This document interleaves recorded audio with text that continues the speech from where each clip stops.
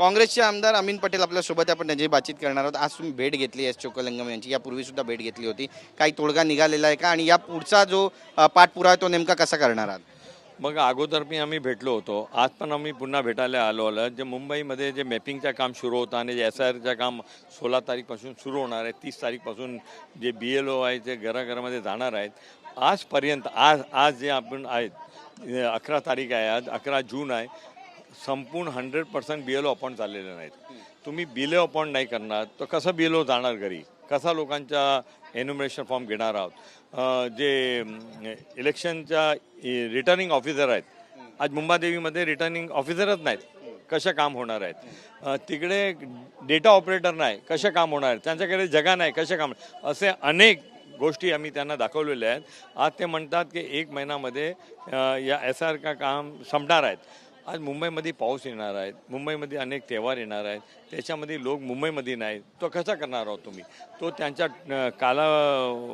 जे आहे ते वाढवले पाहिजे आणि लोकांना, जे लोक या देशच्या नागरिक आहेत त्यांना सर्वांना मतदानासाठी मतदार यादीमध्ये त्यांचं नाव आलं पाहिजे आणि ज्या संविधानाने अधिकार दिलेला आहे ते अधिकारच्या संपूर्ण लोकांना अधिकार दिले पाहिजे. नागपाड्याचे आमदार जिथे कामाठीपुरा पण येतो, बांगलादेशींचा त्या ठिकाणी सुसवार झाला असा आरोप सत्ताधारी करतात.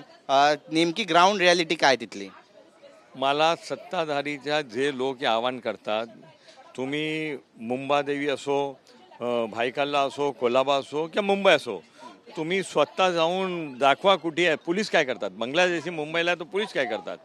माझ्याकडे ऑफिशियल डेटा आहेत मुंबई पोलीसचा, मुंबई महानगरपालिका, की 2025मध्ये फक्त 1000 आणि काय 26 बांगलादेशींना पकडून मुंबईतून बाहेर काढलेलं आहेत. हे सगळं खोटं आहेत. हे बांगलादेशीच्या नावावर जे आमच्या जे बिहारच्या लोक आलेले आहेत, उत्तर प्रदेशच्या लोक आलेले आहेत, वेस्ट बेंगालच्या लोक आलेले आहेत, झारखंडच्या लोक आहेत, त्यांच्यावाले अन्याय करायचं काम ते बांगलादेशी आणि रोहिंग्याचं नाम करतात.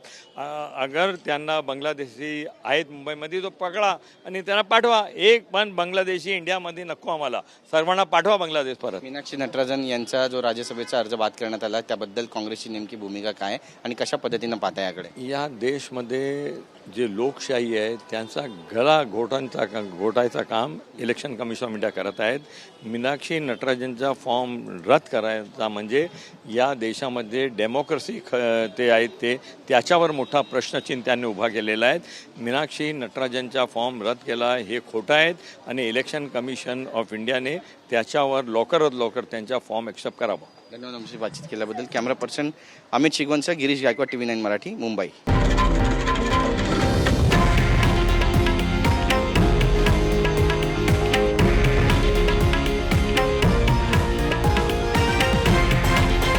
हे आहे देशातील नंबर 1 न्यूज नेटवर्क आणि आपण पाहत आहात TV9 मराठी, एकमेव.